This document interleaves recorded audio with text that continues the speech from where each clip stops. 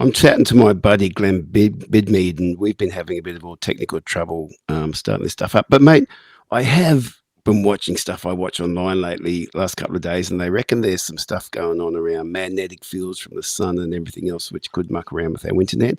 So Right. maybe it's the universe mucking around with you and me trying to talk. Maybe. And I understand that because a good-looking, intelligent guy like you coming onto my chat and we talk, and I'm sure the universe is worried about what we're going to talk about. That's right. How's Sydney town, bro? It's all right. It's a bit hot. It's been really hot. Like yesterday was 37, which Oh, is hot for here.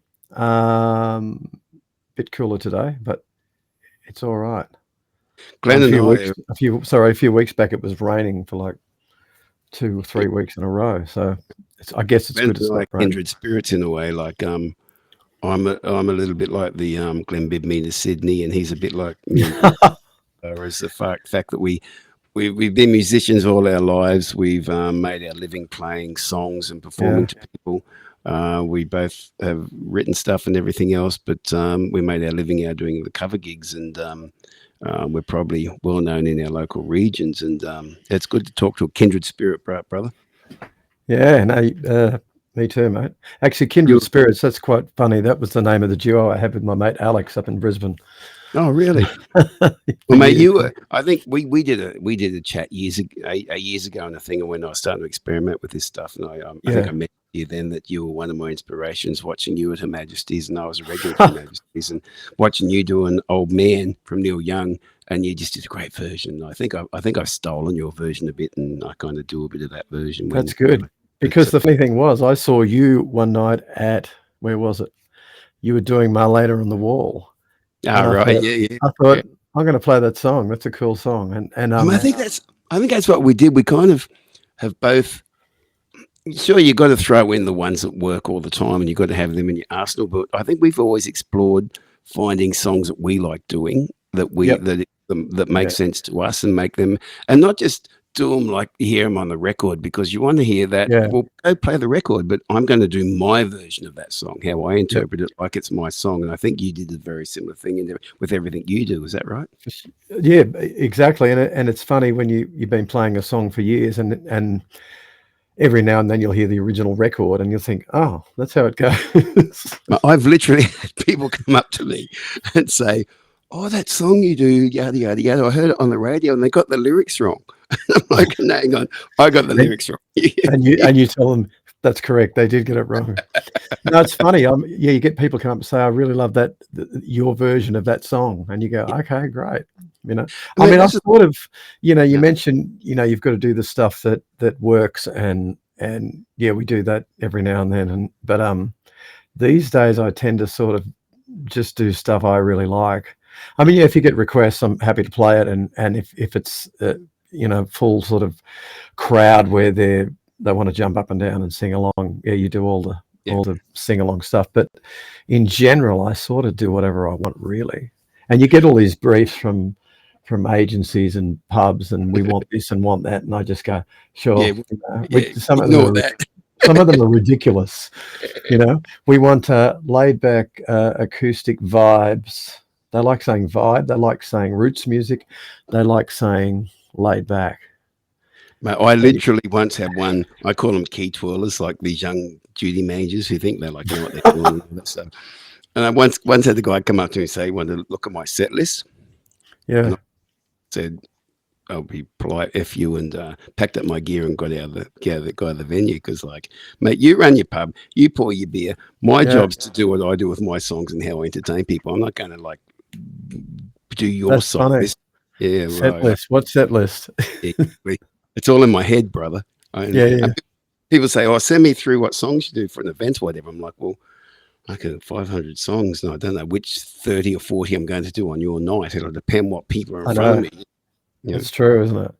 And it's like you get, even bands like the Rolling Stones essentially are cover bands because people know all their songs.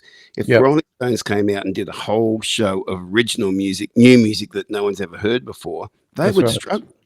But they get to play, Brown Sugar and all these songs that people know, And so I've never had the luck of and the fortunate channel to people to know enough of my songs en masse to Yeah. make Me my neither. song to do. I mean, So you take these other songs in, you make your own version of them, you create that little X factor that connects to people, and you make them your songs by the way you perform them. And yeah, I don't, yeah, of course, I'm not comparing myself to the Rolling Stones or whatever else, but I'm just saying familiarity is what we work with. yeah, And if you can get up there and just do a song the way everyone else does it, that's okay, whatever. But if you can find your own way of doing it, yep. that's kind of cool. But mate, I really appreciate this chat tonight because it's been an interesting little stage for me in my life. You had a transition in my life with my relationship side of things and a bit of a single guy these days, and nothing bad in that sense. It's just the way it's gone. But I've been spending a lot of time up in Toowoomba, actually visiting my folks up here who, Right. and I all these things up here in Toowoomba who my mum and dad are in their 80s, and it's such a blessing to actually be able to get up to hang out with them and do things with them and That's help them great. out with things and everything else. But Toowoomba, man, I've always had sinus issues, right? Really bad Yep. sinus issues since I was a kid. And I think it's a thing when you're a singer, God goes, okay, the first thing I'll give you is sinus issues. And that's such an important part of how you sing. But I think the Yeah. main part is that if you work in an office or you do some other job, it doesn't really worry you. But when you're always singing and Yeah. it's about getting that air up into that mask up in here, which is not Yep. gets off your throat, it just compacts everything in your sinuses and it plays a major issue. But mate, springtime in Toowoomba, man, it's just been Yeah. like, oh, the pollens and everything else. I've been doing these podcasts, my eyes is twitching and my eyes are running and everything else is like, man, what's going on? But also today, I thought I got to get on, just do some different things, things I haven't done for a long time. And I took myself to the movies for the first time by myself for decades. I've never gone to the movies by myself. Right. I went today to the Strand in Toowoomba, and I was literally the only person in the cinema. That's funny. I was there by Wow. myself. I saw a really good movie. I watched Joe Rogan recently. He did an interview with Mark Kerr, who was one of the early guys on the whole UFC thing, and the early days of how UFC developed and everything else. And they've done a movie called The Smashing something or other. It's about Mark Kerr's 3 years of his life in the early days of those things, and what a great movie! It starred What's UFC? the Ultimate Fighting thing where Ah, that's right. Yeah. I thought it was age fighting, all that stuff. Okay. And I was never into that stuff at all because I couldn't throw a punch for anything. But when my kids were younger, they did some jiu-jitsu. Yep. And I got introduced to how that all works, and which introduced me a little bit to the UFC thing. And it combines boxing, wrestling, jiu-jitsu, taekwondo, kickboxing, everything into this one form. And when you put that one person against one person, I think that's just actually a very highly skillful thing to be able to do. And anyway, cut a long story short, the main actor in this, and they've been working on it for 6 years, is Dwayne Johnson, The Rock. Yep. And apparently he did the interview this guy did with the actual real guy did with Rogan. They're talking how that Dwayne Johnson wanted to do an acting role where he wasn't being The Rock. He wasn't being the funny sort of superstar guy. He actually did real acting. Yeah. And man, right. He was so good. It was really, really good. You didn't think you were watching The Rock. You thought you were watching this real character. Yeah. And Emily Blunt, the lady beside him, was amazing. But to do that in the cinema, where there's no one else there, and it was a bit of it's not an old cinema, it's not a new one. And you're sitting there thinking, oh, this place has to have ghosts in it somewhere. Surely I'm going to get something come down and like strangle me while I'm one person in the cinema or whatever. And you having all these thoughts. Oh no, if it's a full cinema, maybe someone will get up and yell fire, and you'll rush to the exits and crashes. Just these weird thoughts going through your head while you're watching a movie by yourself in an empty cinema. And there was, and literally you were the only person there. Literally the only person in the whole cinema. It's amazing. It was great. Sounds like some of my gigs. yeah, I agree with that. But mate, I put my feet up on the seat in front of me. I was throwing stuff around. I was like having fun. It was just me by myself, and it was good. But I thought I need to talk to someone who has some sanity tonight. And I've looked at my don't look at me. And Bidmead's coming on. I'm like, oh right, I get to talk to a real person. So thank you, brother. Oh, mate, my pleasure. Mate, I just feel like chatting tonight. I'm a Yep. scotch and a gin into the evening. Don't know if you've had a drink or two to the evening, but I haven't, but I was going to get one, but no, I'm good. I'm good. you really should, man. I I'm all right. I really okay. All right. Well, cheers. Cheers, mate. I was actually watching your interview before with John Davis Oh, really, John, the because guitar? he used to do my guitars too, Yeah. Well, and I mate, thought, John's always come. you're going. No, you. No, I was just wondering whatever happened to I remember Johnny at the Music Junction, and I wondered whatever happened to him, if he's still doing stuff, and then I find out that he has been for the last 30 years. Well, he set up his own shop, the Guitar Repairers at Red Hill, Right. and John's one of those guys. You talk to some people and they say they don't like his work. Other people love his work, whatever else. But to me, he's always looked after me so well. Yeah.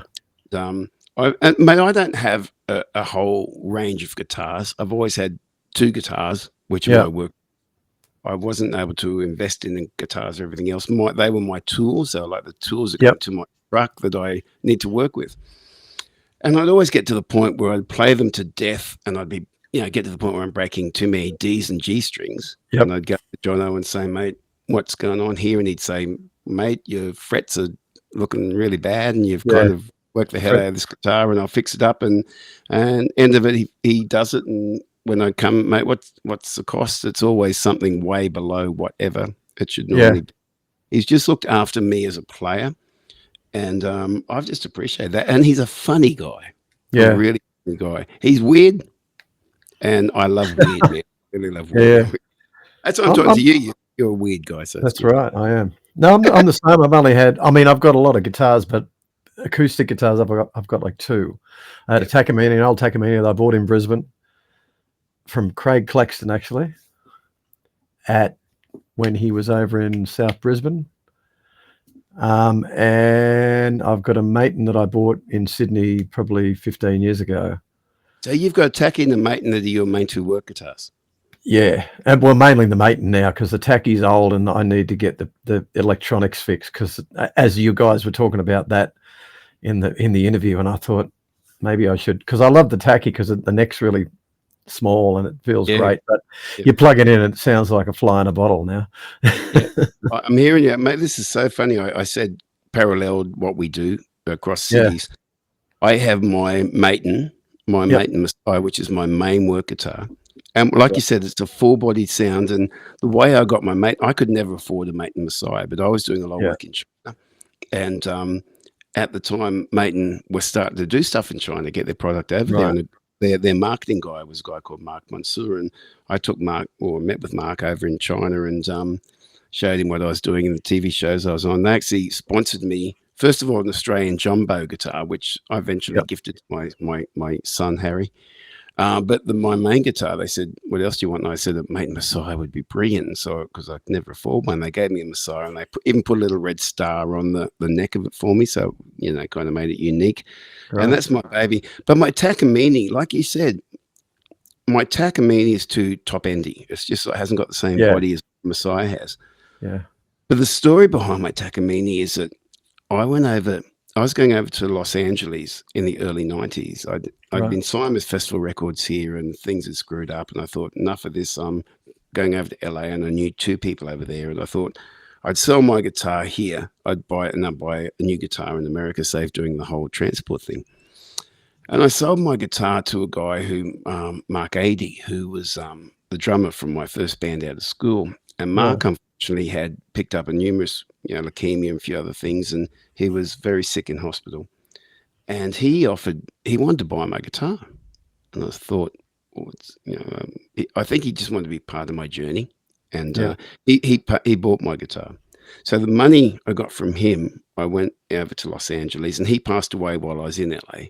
Right. But the money I got from him, I bought my Maton MP18 from the Guitar Center in Los Angeles. And the thing about it was a bit different from all other Takamines in Australia, in that it had this pearl inlay around the sound hole. Yep.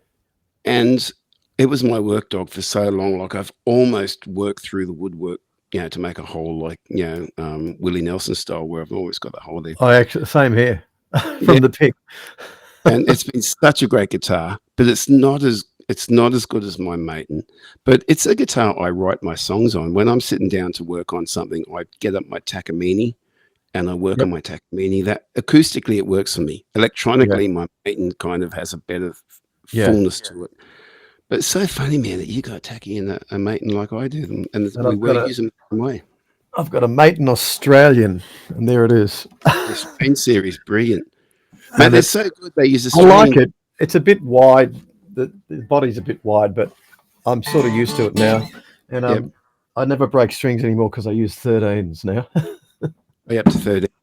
I still use the 12 to 53s, but when John Yeah. fixes it up and gets the balance right and the everything right, and the guitar seems to work well. I've been using the Diodario SX strings. Have you tried them? Yeah, mate. Yeah, I swapped from elixirs. I used to use elixirs all the time, and I like these better. They just keep living. They just They're the great. bright keeps staying in there. They're amazing.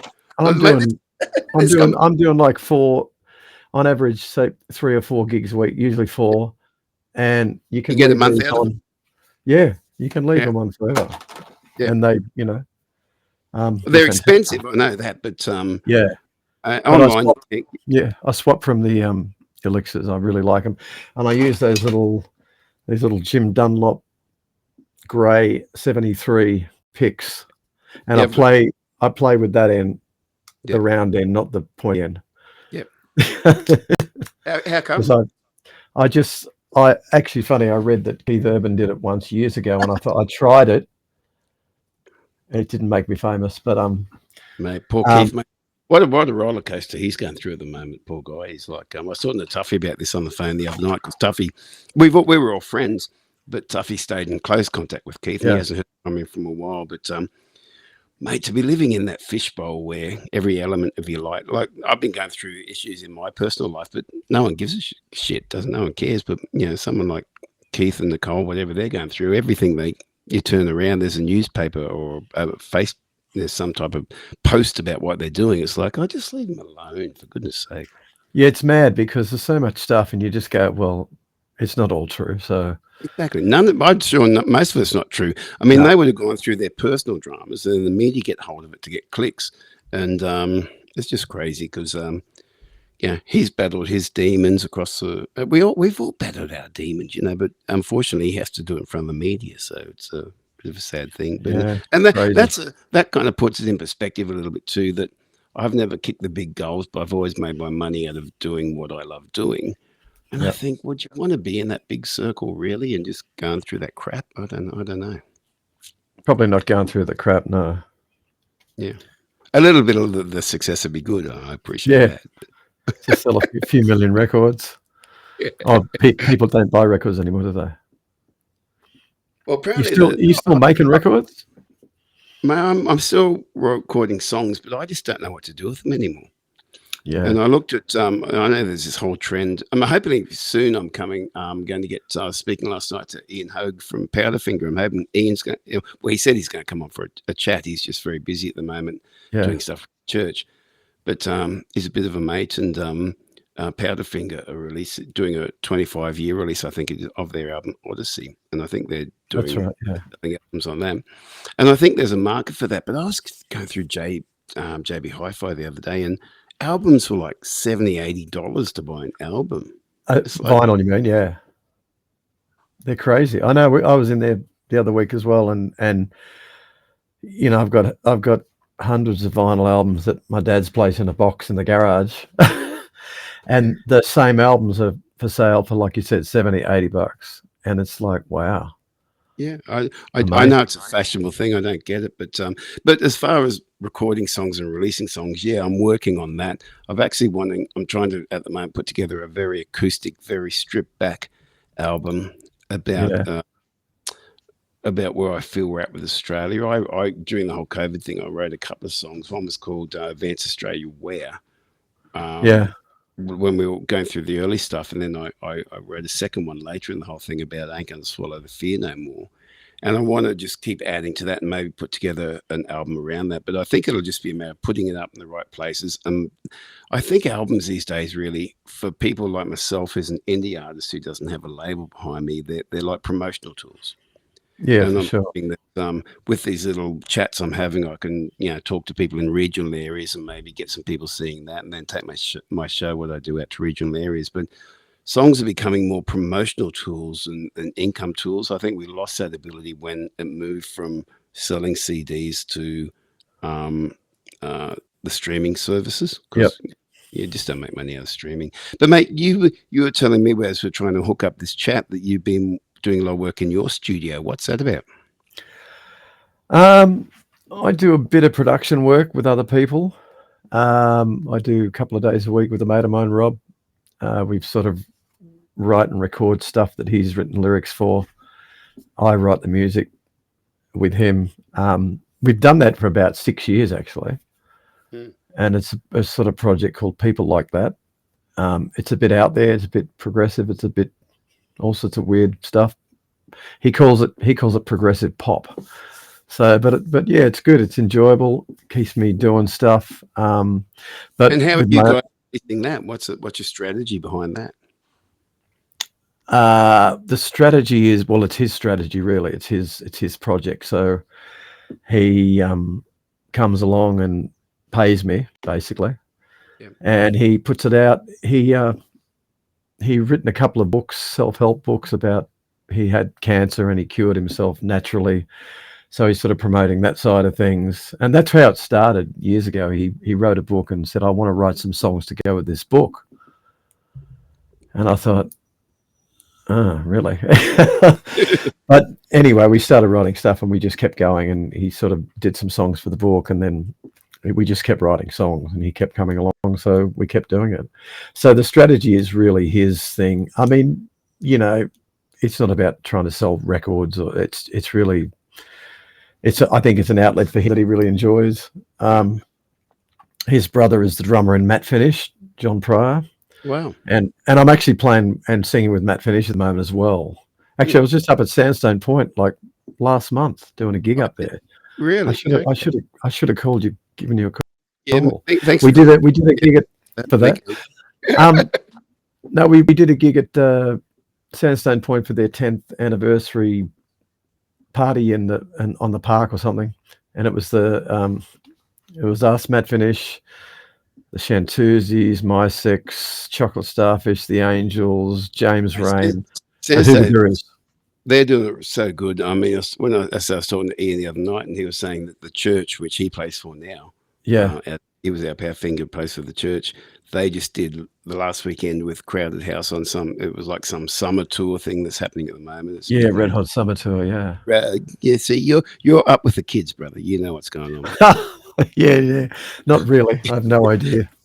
He was telling me they were being accommodated in downtown Caboolture. And right. That was and that guy's talking about what Keith was going through again and everything else. Well, that's where we stayed. Oh, did you? Oh, that must be their deal. Yeah. Yeah, okay. Mate, the family who owns Sandstone Point, they've got Eaton's Hill, and they're doing some other things there. They've got Eaton's Hill as well. I know that venue. Yeah, that's a big gig too. They're really good there. And the thing is, with their venues, they're doing so much great work for live music. Yeah, it's great. So, mate, where do you think, from a producer, studio, live performer, writer point of view, all this talk about AI, what's your thoughts on what's going on with that?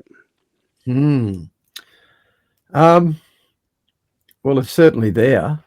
And I've used some AI stuff to do some video and graphic design stuff for this other project with Rob.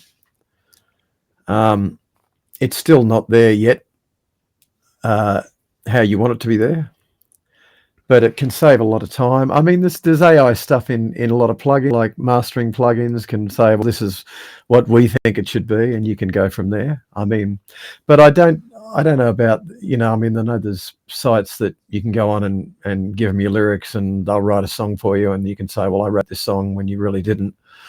And they all come out sounding like however it sounds. I know there was a thing on. It was an AI band in America. It was sort of sounded like the Eagles, sort of West Coast American thing that this guy put together. It was like these four guys with long hair. They sort of looked like the Eagles. The song sounded pretty good, but it wasn't like, didn't blow your mind or anything like that. But I think it's definitely there, but I don't know if it's going to replace. Well, it's not going to replace the enjoyment or the fun that you have doing stuff yourself, I don't think. Well, the way I see it is that obviously when I finish this recording we're doing, this chat we're doing now, I will run it through an AI process which levels out our vocals, Yeah, kind of yeah, works all that. I think there's great tools there. yeah. Sure, there are people can make songs with AI, but my feeling is that that's just another competitor in songwriting. I mean, it's not going to stop me from writing songs and putting my songs out there. That's right. Yeah, And there's always been a million other people writing songs. Now, if another million people are writing through AI, yeah, they're just writing songs. It's the same thing. I'm just getting sick of people panicking on it's going to be the death of the music industry, because I was reading things going back to when the first records came out and they were like those cylinders and people would crank them yep, on their thing. There's so many reports back then that of newspaper articles saying it's the death of the music industry because no one will go out and watch live music yeah. anymore because they can listen to it in their lounge room. To me, it's just the next evolution of that. And That's right. people, It's like when drum machines came in and people exactly, were going, "Oh, the drummer's going to be out of a job." But yeah. I mean, there's always going to be new stuff, coming and going, and it's just another. It can be a tool, or it can, you don't have to use it if you don't want to. I mean, Mate, what's interesting at the moment, I was talking to a friend of mine up here in Brizzy, and one of the big changes up here is that the entities are suffering most of bands because a lot of venues yep, can't afford to pay for bands anymore. yeah, And then they go to the solo and duoists, which is growing.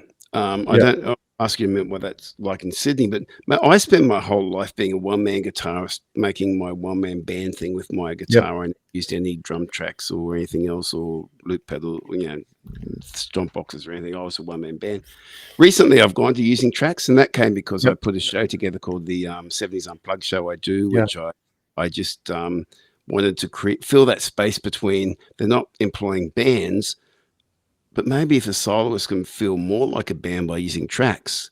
yep, As an older guy, like it takes so much energy being a one-man band doing the whole exactly, thing, yep, to rely on the tracks and sit back in some of those tracks. And the ones I'm using is a thing I found where they're actually live recordings. It's not like all programmed. It's actually guys who've played the songs on things, and right.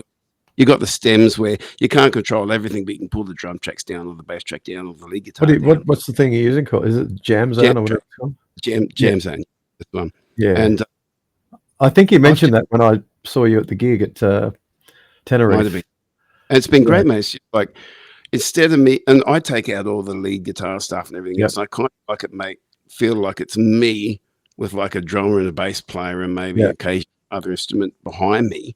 yeah, I don't. And it was a real mental battle for me because I was always the guy who was like, yeah, if you can do a one-man band, do it by yourself. But I'm now thinking, what's the difference between me playing with a real drummer track yep. compared to with a real drummer? It's been played by a drummer. He's just not here, and I'd have to pay him, and I can get that That's cheaper. right. What's the difference? And what's your thought on that, mate?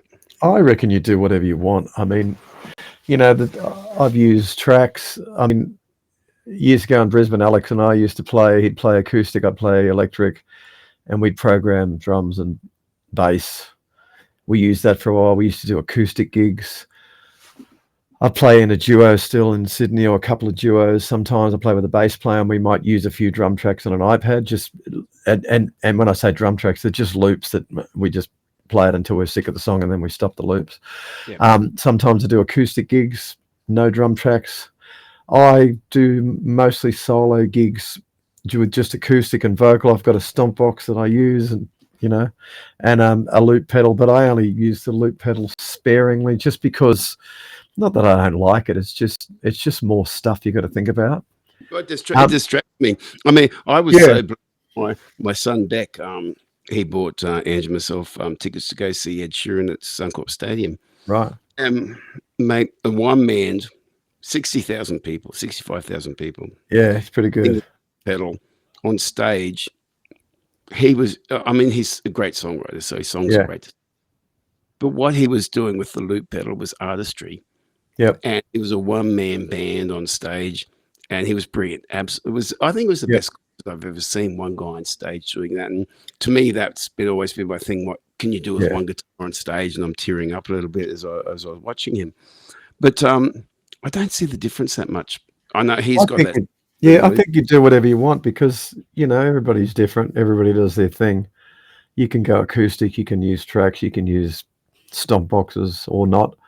I haven't used, every now and then I'll use some drum tracks just playing acoustic, but most of the gigs I do are sort of fairly cruisy these days.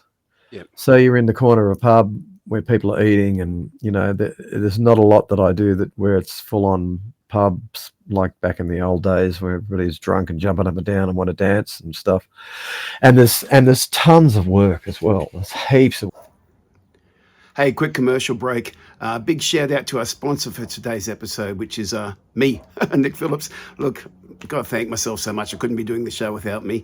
And if you get a chance, check out the sponsor's website, www.nickphillips.com. Check out my music, my videos, my bio, all that stuff, and maybe contact me and book me for a gig. That would be great. But thanks, Nick, for your sponsorship. Back to the show. For solos and duos, like you said, same here. Not a lot of bands, and not a lot of venues can afford bands. Yep. Especially covers bands like the, however, I play with a friend of mine, Tom, the bass player in our duo. He's in a couple of different bands that still work, but he doesn't get that much work. Yeah. And the bands are good. They're just, there's just too many of them to make it pay. Is it really cool when you get that situation where people are having lunch or whatever, they're doing their thing and you're up there playing and you actually are able to turn that gig where they're half listening to you into a little concert where suddenly they've got your attention. I play a venue quite regularly called South Bank Beer Garden at the South Bank. And what happens is I'll be playing and I find, during the breaks, they might clear out. But when I start playing, people hear me playing around. They actually filter into the room. Into the room, but into the open air beer. And by the end of the set, I've created this little concert scenario where people are actually there watching you because they want to hear you. And it's like you're taking them on a journey and you've suddenly actually used your music and your communications and everything else to create this vibe where they're experiencing a music experience. Yep. And I reckon when we do, I know you do the same thing. So when we do that type of thing, we're adding value to the venue because people come into the. They may not be coming in because they know Nick Phillips or Glenn Bidmead, but they're coming in because they're hearing, hey, this guy's good. What's going on? They come in, and then you apply the songs you roll out into a way where they go. You take them on. You read. Okay, someone reacts to this type of song, or you do a Luke Combs song because there's a bit of a younger crew over there in the country thing, and you take them on a journey where they lock into what you're doing. And I just find so much fulfillment in doing that type of thing where you create a content scenario out of just a regular gig. Yep. No, it's good when that happens. I mean, you get a few people that stick around for the whole gig, and they come up there and, oh, we just passed them. We heard you play and we stayed all night, which is great, I'm just trying to get myself to be braver to put out I keep pulling back from it, but I want to pull out the tip jar. I've got a digital tip jar on my QR thing that can. Right. So I think just we should be putting tip jars more and getting those out. They should pay, mate. I reckon that's the thing. You should have to pay to see live music, I believe. Yeah. Even if it's $5 to get in the pub door. Yeah. Now I know people whinge about that, but they won't whinge about spending $70 on a pack of cigarettes. Well, they only whinge because they've never had to do it. That's right. And that's the thing, It's nothing, but it would help the pub, it would help the venue, help the artist, help I don't know, people might put some value on, live music. I know a lot of people do, but I don't know. That's what I think, but whether that's ever going to happen, who knows? Well, it's up to us a little bit. Like with my 70 show, I'm trying to get it originally to be a ticketed show, because I think we Yeah, do have to backing ourselves to say, yeah, come and pay. yeah, For most people, and particularly in the 50 above crowd, to pay $20 for yeah, a ticket to come and see a gig yeah, where they're having dinner and everything else, they don't think twice about it. But we've just never encouraged it. We've always thought, and particularly since the Pokies came in yeah, and all that stuff, I know it was in New South Wales before it came up here, but we really saw the effect up here when they came in, yeah, that it changed the way venues worked with entertainment. yeah, So in the 90s up here in Queensland, venues would work with people like myself, Tuffy, whatever else, to draw people in. When yeah, the Pokies came in, they stopped relying on us and just focused on the pokies and the food, and we yeah, suddenly became the guy stuck in the corner. yeah. We need to fight back against that. We need to bring away. Um, from a Sydney perspective, I remember, when we toured down in Sydney, they always had every pub in Balmain, everywhere had. They'd go from being a public bar later in the night to having a band on. Yep. What was the role of the pokies and all of that side of things? Because it really affected us up here and how it affected entertainment was working. Was it already set down here there that didn't affect the entertainment, or what was the go? I don't know. When was it? Well, I remember down there late 80s, early 90s, and Okay, so everything was focused on there'd be a band coming on that night, and it didn't seem to really matter about pokies. So but you guys already had pokies in the venues. yeah. Why wasn't that affecting the entertainment the way that it affected the entertainment up here in Queensland when they came in? See, I was still in Brisbane late 80s, early 90s. I didn't go back to Sydney till 98. Right. So, but I know it did affect it, because I remember people complaining in Sydney about the pokies, and everything's changed. And Right.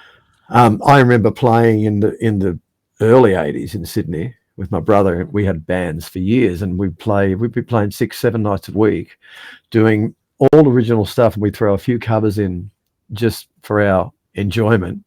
Yep. And we're making, maybe $700 a night back then, Yep. which was sort of okay money. And back in those days, I was making more from gigging than my friends who were doctors and lawyers were that gone down that path. And then that all changed when, well, probably when that happened, the pokies. So there was a shift down there that did the same effect. Oh, the other thing I think I know that in Sydney too, there seemed to be, from what people were telling me, they went from live bands to being the whole DJ scene very heavily at one stage. Was that correct? Yeah, I think there's still a lot of DJs around, but I mean, I play a lot in the city at the moment. I do maybe 3 nights a week in the city, which I never used to, because it was more a clubby sort of atmosphere. Yep. But a lot of pubs have got live music on, and then later they might have a DJ. But I play a lot of Irish pubs as well, which are more sort of live centric, like I mean, you don't have to play Irish music. I play a bit of it, but most of the staff there don't want to hear Irish music in the Irish pubs. Oh, yeah. But most of those pubs have got live music. A couple of them have got DJs later on in the week, but most of the clubs, I play a lot of clubs solo. They might have DJ in certain rooms, but I think they're still around. Obviously, there's still a lot of nightclubs, but I sort of don't go to them really. Yeah, no, that's sorry. But it's funny. People would always say to me, like, do you want to come to a party and bring a guitar and all that? It's like, no, that's like going to work. Yeah. Last thing I want to do is really go out and watch a pub gig, because it's like, that's going, do you want to turn up to your work and watch other people do your work? It's like, it was always a thing with me. I just didn't. And to my detriment, probably, because I probably didn't see enough great other artists around the place. But you just focus on what you do. You turn up and do your gig. You load in. They're loading in while you're loading out. And I don't know. I just never was interested in hanging out in venues because I was always Yeah. working. Yeah, I'm the same. Like, let's go out to a pub. No, let's not. Yeah. I mean, certain places are nice, but I guess when you're in pubs all the time, when you've got a Mm. night off, the last thing you want to do is go to a pub. Well, I do think that the only time I ever got sick with the flu really badly was one year I got the flu shot. And I always thought, I'm surrounded by people like sweating and spitting on me while I'm on stage, basically. I think I was Yep. immune to every disease that ever was around the place because of playing in pubs. It was like, Yep. yeah. So you were talking about your sinus before. How's your voice hang in there? But I You was really lucky. I was really lucky when in my early days of gigging, that I had a singing teacher called Colin Keats, who passed away a year or so ago. And Colin was a cabaret singer, right. but he'd been introduced to me by, I think, my major at the time, Jamie Dunn, I think, or it could have been Greg Shaw. But Colin's whole thing was about getting that structure right, where your diaphragm's very strong, and Yep. you get everything into your mask, Yep. and you're like getting everything off your throat. Yep. And oh man, so my headphones are gone here. Hang on, let me fix this up. Colin was like, and I wouldn't see him all the time. It was like we'd be on the circuit, and Yeah. I'd come back and I'd do 3 or 4 lessons with Colin, and we would record them on a cassette.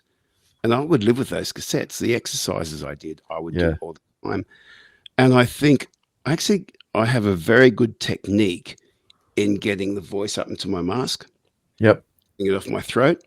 And even when you've got sinus issues, you kind of work your way through that by putting everything into the mask, forcing that crap out a little bit, Yep. and getting it off your throat, because your throat has to be open all the time. Yeah. And he was my saving grace from the early days. That was a technique I learned from him. And I remember working in Melbourne one time, and I had just such a bad head cold. And we had 5 gigs in a row we had to do, and it wasn't the best. But Yeah. I clearly remember that week getting through it. Yeah. I couldn't talk, but I could sing. Yeah, I know. It's I interesting. had my singing technique right. And I think that's the main thing there. It's like running. It's like playing any other sport, having that technique, that muscle technique where you don't have to think about it. But having saying that, you don't have to think about it. I still find every night I play, I learn something about my singing technique every night I play. Like, I haven't learned it all yet. Yeah, no, there's I watch a lot of stuff on YouTube with singing teachers, good, bad, or otherwise, and you pick up little tips. And I mean, I'm pretty lucky. I'm sort of doing 4 or 5 a week, and my voice, like you said, I know how to breathe with the diaphragm and all that sort of stuff. I had a couple of lessons years ago, which really helped me, and it was mainly about breathing. And I guess just to be relaxed as well when you sing, instead of tensing up. And you hear a lot of people, you can hear them like trying to squeeze it out. It's like, oh, but yeah, my voice is pretty good. I mean, I got a flu about a month ago, and usually I'm good. If I get a cold, I can sing, but this went to my chest, and once it goes to my chest, it's the first time I had to cancel a gig in ages. And then it takes you about 3 or 4 days to get back on top. But yeah, well, I can't fully explain it, but I have a lot of, when I get into my power songs, I have a very gravelly kind of, that Barnesy sort of, diesel type of thing. And people say, oh, how's your throat survived that? Well, there's nothing to do with your throat, but I'm still not 100% sure what happens up here. It seems like gravelness happens up in my mask. Right. I don't know. I have no idea. Yeah, I don't understand it fully either myself. But I certainly am, when I'm powering out a working class man or whatever, and I'm getting that same vibe. None of it's come from my throat. It's all from nothing. And actually, I heard some when Cold Chisel did their 50th anniversary tour, whenever it was, a while back, 6 months ago or something. I saw some live footage of them, and Jimmy was singing like he used to sing. Wow. Like back in the early days, like It's fantastic, you know, because on a lot of the solo stuff from the first solo album on, his voice radically changed to the scream thing, I think. Yeah.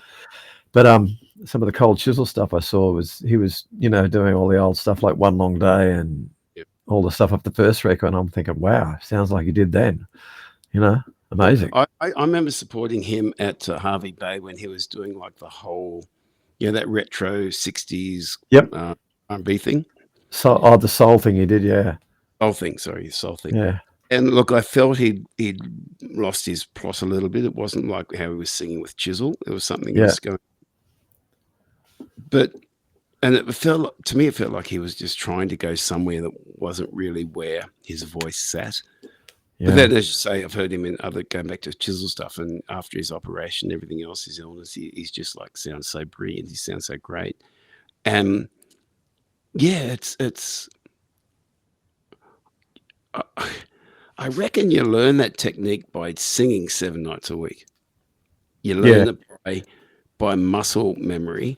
Yep. You can tell people what you think you need to do. And Colin did a great job with me telling me how to, open up different things in my positioning and get my, the exercises I have for my diaphragm and everything else. And I talked to a friend of mine recently on a podcast who was saying he does like the very throaty metal thing. Yep. And he learned long ago that it's all got to come from his chest. It's got to drop from his chest. And there's things we can try and put into words, but you actually only learn by doing it, and then you get the muscle memory happening, and you learn your craft. And as I say, I'll do something one night. I'll be playing every night of the week, or nights I play, and I try something different. I'm like, that worked. I'm a big Don Henley fan. Yep. And I love singing. I do a lot of sings by Don Henley and songs like Don Henley, and I sort of put myself in that kind of laneway, if that makes sense. Yeah. He's at the peak of the whole thing. Yeah. But to talk to someone like him and ask how he actually does it, I don't think we'd get a more detailed explanation than what we're talking about. But it's just by doing it that you learn memory and you learn how to position it. And I may we'll get philosophical here for a moment. I think that music is the closest thing we get to the voice of God. It's like there's like this vibrational energy that happens through our human existence to something that connects to something beyond what we are. And that's why it touches everybody. For sure. Otherwise than that, music, unless it connects to something beyond us, music makes no sense. It's not about fight and flight. There's nothing to do with evolution. We all connect to little infants, and people in dementia connect to music most of all. Yeah. Why? Because to me, there's something vibrational that happens within our existence that connects to something more. And I'm not, I've got my thoughts on what that is, but I won't go down that train now. I just think that it's something that everyone relates to, and to be able to do it is a blessing. Yeah. No, I think there's certainly something magical about it.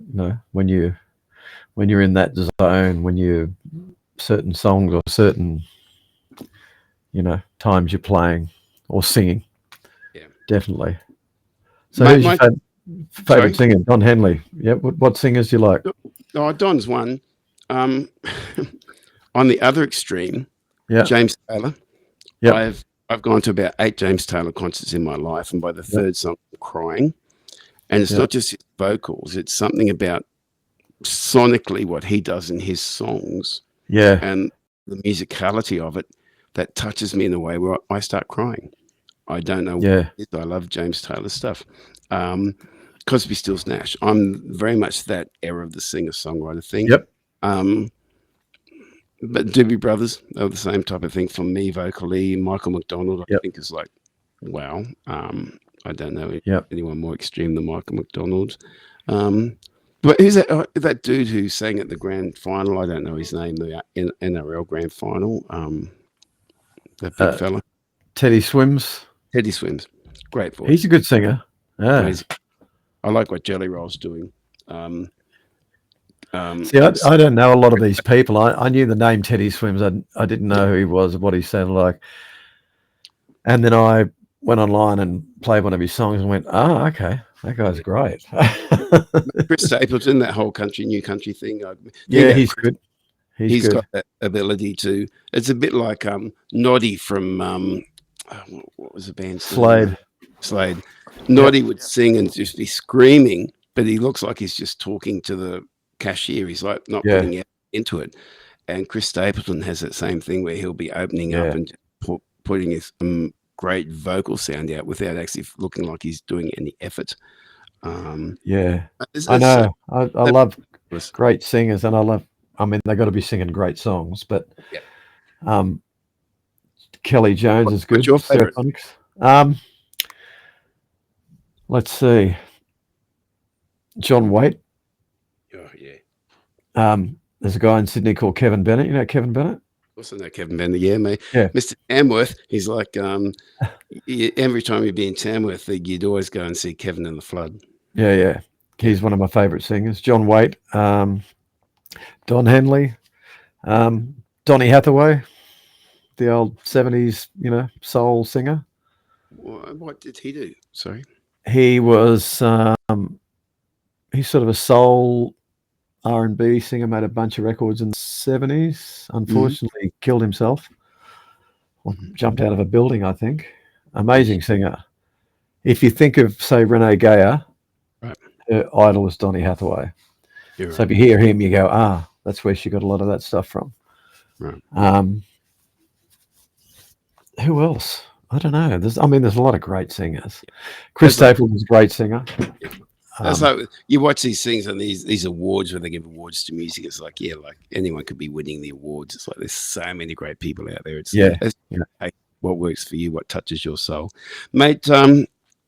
Thank you so much for reviving my evening tonight, mate. It's just been so good to talk to you. And if you're up to it, buddy, I mean, this is just something that's slowly growing. It's like a really slow thing, and I want to capture more and more chats about Australian stories, but around music. And to talk to someone like you, who, like me, has been like at the grassroots of how you make a living out of music. And we don't have to pine about the challenges. We don't have to pine about the things that have gone against us. We've been so blessed to actually wake up every day, figure out what we're going to try and do, go out and make some money by doing what we love doing, singing, and then get together and chat about it. That's true. I think that's a cool thing. It's a really cool thing, actually. I had there's a friend of mine called O'Connor who's a piano player. Amazing. Mark and I used to do a duo. Yeah, we used to do a duo at Riverside Centre when he was working with the Breaks. He was in Brisbane for a while, right? Yeah, he was with the Breaks. Like had who was the guitarist that went to play for the church? No, went for Choir Boys. And Mark O'Connor? Brett Williams went to play for the church, and Mark O'Connor used to play in the band called the Breaks with Brett, and Mark and I would do a duo at Riverside Centre, and I still remember they doing "Ain't No Sunshine" with Mark, and he was just a great keyboard player. And he's a lovely guy, and he used to say to me, "Do you still see Mark?" I've spoken to him a little while back, probably a year ago now. I mean, if ever you do, please say hi from me. Yeah, he's in the Blue Mountains now. He played with Wendy Matthews for years. I met him in the Blue Mountains one time when I was doing something. I can't remember what I was doing, but I remember meeting him up there. And he used to say to me, he played on my record, and my album I did with Charles Fisher when I signed to John Woodruff, and we were talking about playing music, and he'd say, Glenn, it's a noble profession. Well, Mark was like, if Mark had been, located in Nashville or LA or whatever, he'd be one of the great session players of the world. But you've just opened, I'm going to close things up here, but you just opened something up for me there, mate. So the album you did with Charles Fisher, who of course did Savage Garden and everything else. Yep. What's that story, mate? Okay, so I was signed to, I was living in Brisbane in 96, and I did a bunch of demos, and I got a couple of managers up there, and one of who was David Richards, who you'd probably know. Yeah. And you probably know Bill Blake as well. He was the other one. Billy Blake, was Billy an attorney? Hey? Was Billy a lawyer? Yeah, Yeah, that's him. yeah, man. Oh, wow. And we shopped the stuff around in Sydney, and John and everybody offered us a deal. Wow. And I said we need to chase John Woodruff because he just sold all these records with Savage Garden. Yep. Because I knew Oliver Jones Yep. and It was Hayden, Daniel's and I brother. knew, yeah, Savage Garden boys. And I said we should go after John because he knows how to do something right. Absolutely. Obviously the boys wrote those great songs. Yeah, but John, he backed themselves with Charles and Charles backed the financing, did Yep. his own.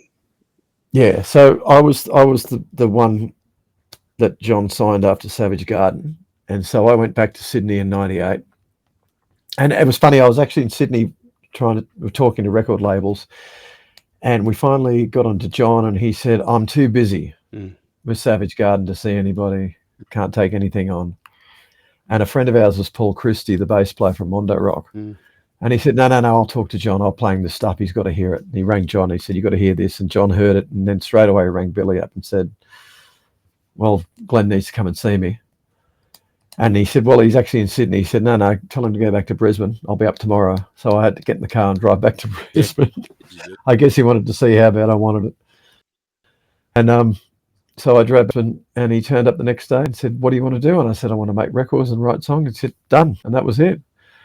So then I moved back to Sydney and we spent 9 months making this record with Charles Fisher in a studio in Sydney. We started off in Charles's place first, the first part of it, and then we moved to a studio in the city, just the little rooms Charles had.